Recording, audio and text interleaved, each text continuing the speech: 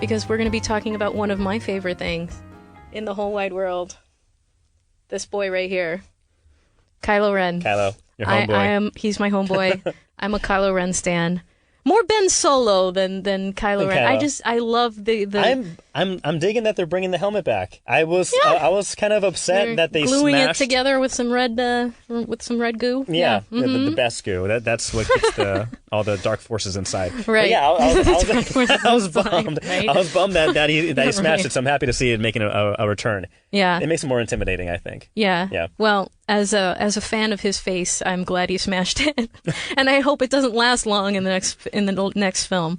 But something that I'm extremely excited for. Okay. Okay. All right. Making a transition. All right. Something I'm very excited about. A news that was coming out of San Diego Comic-Con that we didn't get to touch on last week. There is a KYLO REN comic that is coming out. It's going to be released in December, just before the movie comes out, and it's called The Rise of KYLO REN. Doesn't that sound familiar, James? Yeah, I wonder where I've heard something similar. What's the name of the next Star Wars movie that's coming out? I believe The Rise of Skywalker. Oh my goodness, it's almost like they're parallels of each other. It's like What poetry. could it mean? Yeah. You know what I think it means? What do you think it means? Okay, because we're going to get this comic series. Yeah. And it is going to be showing us the background of KYLO REN. It is setting up everything that's happened to him up until he becomes KYLO REN. It's introducing us to the Knights of Ren and all of their adventures. So the teen years, the child years, when, he was just a lonely little boy, with these heroic parents. You're not planning on returning these, are you? No, these are mine. They're coming home with me. With his heroic parents, and yet he felt, very isolated, left behind. And his parents weren't really there to help him, while Snoke was invading his mind, had been there manipulating him since the very beginning. Exactly, and that's what we're going to see. I feel like this is an effort to create more empathy and sympathy for this character and to show what his real machinations are, what led him to become KYLO REN. So it is the rise of his evil, of how he fell to darkness. It should be the fall of Ben Solo, but it's the rise of KYLO REN, and then we get the rise of Skywalker, which I think is going to be redemption, whatever you want to call it. I think it's going to be the redemption of Ben Solo. I think this comic is going to be kind of setting it up as to why he fell, and we're going to see in the movie how he redeems himself and comes back to the light, to his family, to balance the galaxy and to balance the Force. Now, do you think they were planning on having this comic released before the final film originally, or do you think they added this because of, after The Last Jedi, there were many unanswered questions, and that left even more questions unanswered for the next film coming in? Do you think this comic was planned beforehand, or because of what happened and what we saw, that they needed, I think it's a little bit of both. Yeah. I think it's a little bit of both. I think that they really need, not just general audience, but they really need, the fans to understand there's been so much conflict in that fan community with people just tearing at each other and all this stuff. So I feel like I kind of understood the character without needing that extra bit of exposition. Yeah. But I think a lot of people need to know. People want to know where the Knights of Ren came from. They're so excited about this. I mean, since The Force Awakens, it's been kind of this fascination. The Knights of Ren. Ooh, that's so awesome. Yeah. He's the master of the Knights of Ren. Who are they? How did he become the master and all that? Okay, go ahead. I have to push back. So, but if Rian Johnson in The Last Jedi hadn't dumped... He's my boyfriend, be careful. If he hadn't dumped, really, the storyline of the Knights of Ren in The Last Jedi, or even... He didn't even mention or reference them at all. If he had... Do you think this would be needed? The comic to explain, to give more to the audience because they missed out? I don't think it was necessary in The Last Jedi. I think The Last Jedi you don't was... Think that, No. I think the Knights of Ren are going to play a huge role in this film. Yes. And so they're mentioned... This is their moment. So they're mentioned briefly in the first film for 5 seconds. Yes. In that flashback. They're not mentioned at all for the remainder of the rest of the film and Last Jedi. And then now they're going to be playing a huge role in Part 3? Because I don't think that they were important in yet. I see. That's where I think the direction kind of... where the Knights of Ren are coming from, they are in the beyond.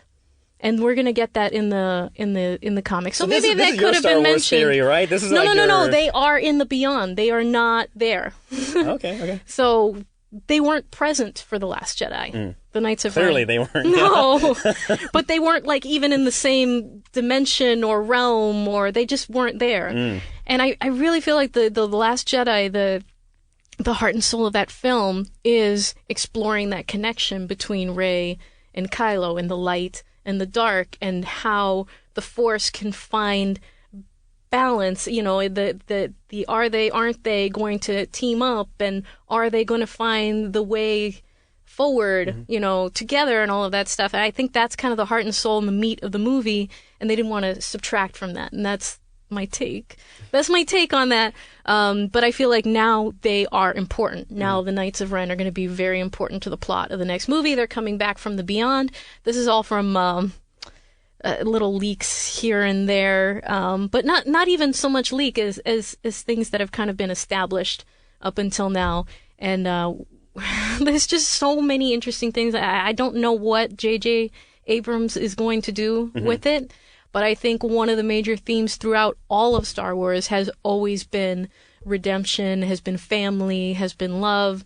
And I think that we're going to see that in this film. Also, whether that's going to look like, what that's going to look like ultimately, I don't know. But I think that this comic is going to set it up so that we understand a little bit more about these characters before we get into. But I see your point. Like, yeah, if it had been put in somewhere at some point, even C-3PO goes like, "Hey, do you remember the Knights of Ren? The last time we met, they were bad guys." Yeah. But so when can we pick up this comic, or when is this? This is coming out in December. I think the week or two before the actual movie comes out on December 20th, 2019, which I'm very, very, very excited for. And so it's being written by Charles Soule, who says that that this is the story we've been waiting for, is what he says, and that we are not ready. Look, I've never been more ready, okay? I've been ready for a very long time. Just give it to us, okay? Don't give me none of this I'm not ready stuff. Like, just give it to me, okay? We're ready. We're ready for it. It's going to be the story that we've been waiting for, he says. So, I'm not a Star Wars nerd at all. No, not at all. Do you believe in Bendemption? What do you think? Yeah. Where do you think it's headed? So, honestly, after I have issues with The Last Jedi. After The Last Jedi, I've accepted it and I've taken it in and you know, take it as canon, of course. But after The Last Jedi, I really don't know where the direction's going to go. I mean, in The Last Jedi, I was kind of really hoping for this would have been a huge twist, and you know, Disney would have had major cojones for doing this, but I would have loved to have seen Rey join Kylo. Yeah, I kind of would have too. That would have changed the whole game and had me more excited to go see the Rise of Skywalker. Because that's definitely something we've never seen. Yeah, exactly. And we all know back in the original trilogy, George Lucas, he originally planned, and Mark Hamill, he supported it, the idea of Luke joining Vader and turning to the dark side. That was switched out by George Lucas, who thought, you know, that he's the hero. We can't have him, you know, end on a bad guy's note. And so it is obviously the idea, the theory's been tossed out there. I would have liked to have seen it go in that direction. But with how The Last Jedi ended, I honestly don't know what to expect. And so, like, just how I went in with The Last Jedi, I went in with an open mind. I didn't watch any of the trailers, posters, promotional stuff, toys. You have more self-control than everything because I love Star Wars so much. I wanted to go in and not go in with a tainted mind. And I left disappointed with The Last Jedi. However, with The Rise of Skywalker, I will go in with a clear, empty mind. I will try to put The Last Jedi behind me and not, you know, have that kind of taint my thoughts going in. But I'm just gonna be open to whatever happens now. Okay. Yeah. All right. Yeah. Yeah. We'll see. We will see. I'm hoping for the best, of course. I love Star Wars. I only want Star Wars to succeed and be great. Yes. And that's all I want. And I think Kylo Ren is one of the most unique and he really is one of the most in-depth characters that we've ever seen, honestly. Yeah. With his backstory, with, you know, coming from the light, coming from these heroic parents, his fall, and hopefully his in the rise. comics, So, I'm actually interested to see how Leia and Han, what their role was in Kylo's path to the dark side. Yeah. Interesting. Good stuff. We will see. All right.